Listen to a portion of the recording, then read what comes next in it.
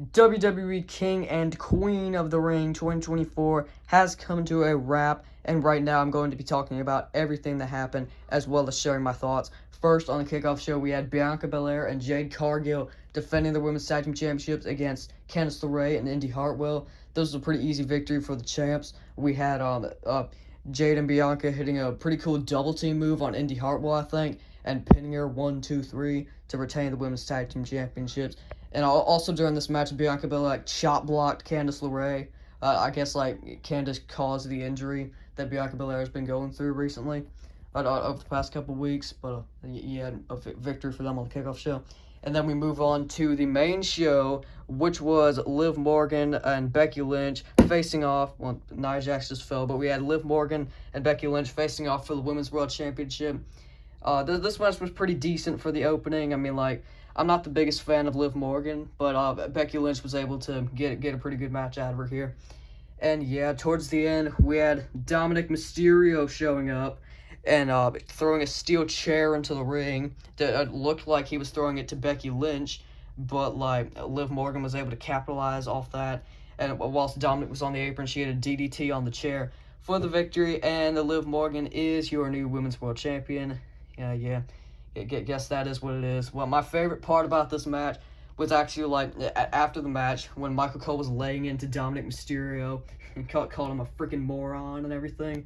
That was really funny. I never thought I'd hear commentators going off like that, but Michael Cole, he's great.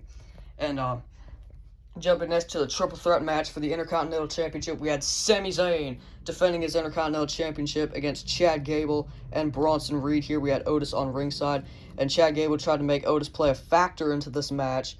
He tried to tried to get him to clothesline Sami Zayn here. He was holding Sami back, but then Sami moved out of the way, and Otis clotheslined Gable instead.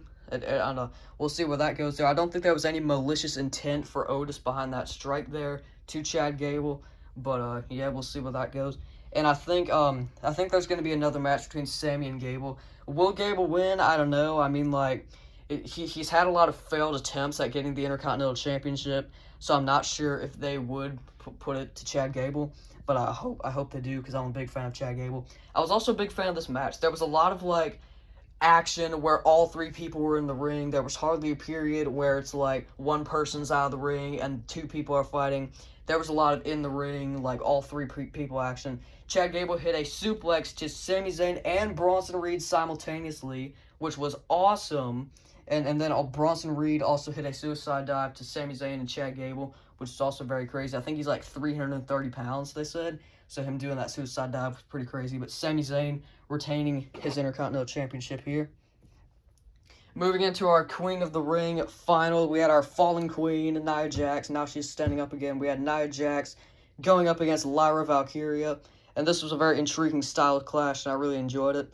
To win, Nia Jax hit one of the most wicked annihilators she's ever hit on Lyra Valkyria. It was she was going for the sunset powerbomb, off the middle rope and everything, but Nia Jax just dropped all her weight on her for the annihilator. That was pretty crazy.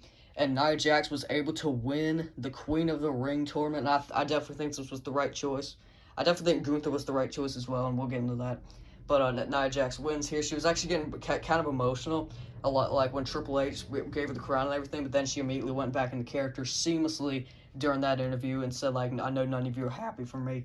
I know you're angry, and I'm about to make you more angry because I'm about to beat Bayley, which I think she will at SummerSlam. But SummerSlam's still a long way away, so I found it kind of odd how, Gunther and Nia Jax are going to get their championship opportunity at, SummerSlam. That, I think there's still 2 more pay-per-views until SummerSlam. We have Clash at the Castle, which this is going to happen at Clash at the Castle, and then Money in the Bank. But can't wait for SummerSlam, though. And then we had our King of the Ring finals. Right after that, Gunther going up against Randy Orton, who had a hurt knee. I think it was the left knee of Randy Orton that was banged up by Tama Tonga and Solo Sikoa. And also the grind of the King of the Ring tournament as well, because he faced AJ Styles, he faced Carmelo Hayes, then he faced Tama Tonga, and now he has to face Gunther with the bad knee and also the bad back that was brought up early on into the match.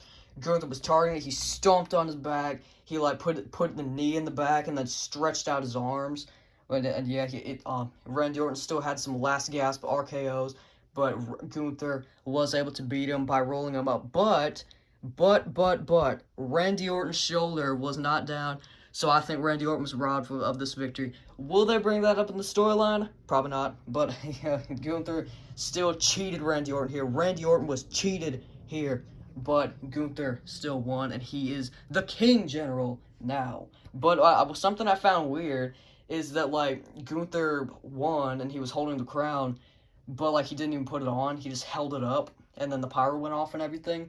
I found that a little weird, like, that he didn't put it on. But he's still the King General, and I'm sure he'll come up with the crown on Raw and everything.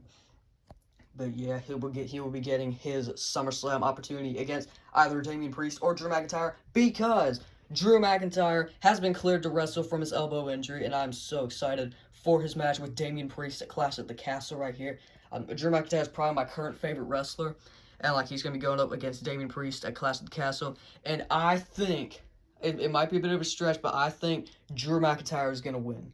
I think he's going to beat Damian Priest for the World Championship.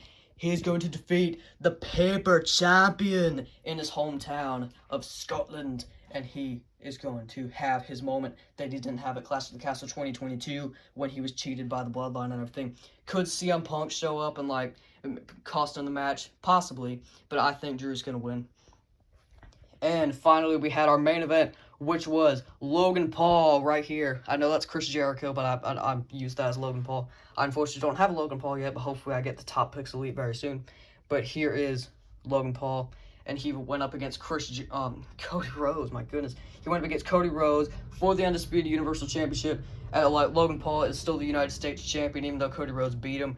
But like it was in like the match contract that Logan Paul's title was not on the line. It was just Cody's. And this was a very awesome match. He got, like, prime from one of his buddies who was on ringside, or, like, the barricade and everything, jumped off the top rope, and then boom, hit a frog splash to Cody Rhodes through the announce table, and then hit a frog splash on in the ring after he had been knocked, like, punched right in the ribs, with his bad ribs with the brass knuckles, but Cody Rhodes still managed to kick out. Towards the end, Logan Paul was about to use brass knuckles again, this time to Cody's jaw like he usually does, but he was able to hit Logan Paul with a trifecta of crossroads, just like he did to Roman Reigns to finish the story at WrestleMania.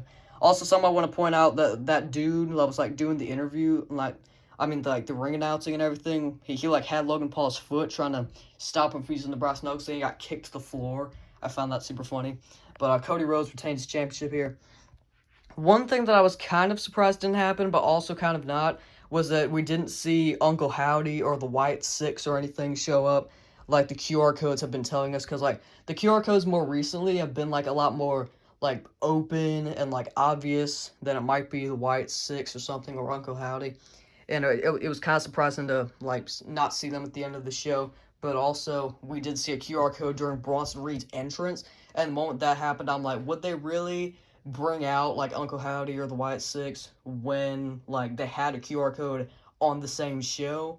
And they didn't end up doing that. I think they'll do it in like, Clash at the Castle, because that is in Scotland, and it's going to have way hotter, way more rowdy of a crowd than Saudi Arabia here, because I'm not sure how Saudi Arabia crowd would react to, like, something like that showing up, but the Scotland crowd, I'm sure that they would be way more vocal about it, way more loud and everything, so maybe that's the option, like, the direction they're going to.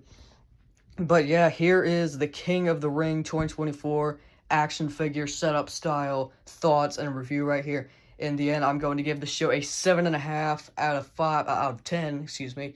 And yeah, Liv Morgan winning was a little unfortunate, but everything else I really enjoyed. I enjoyed all the matches, and I especially enjoyed Cody Rhodes versus Logan Paul. That was probably my favorite part. But yeah, this has been King of the Ring. I have been Jed Wrestling, and yeet!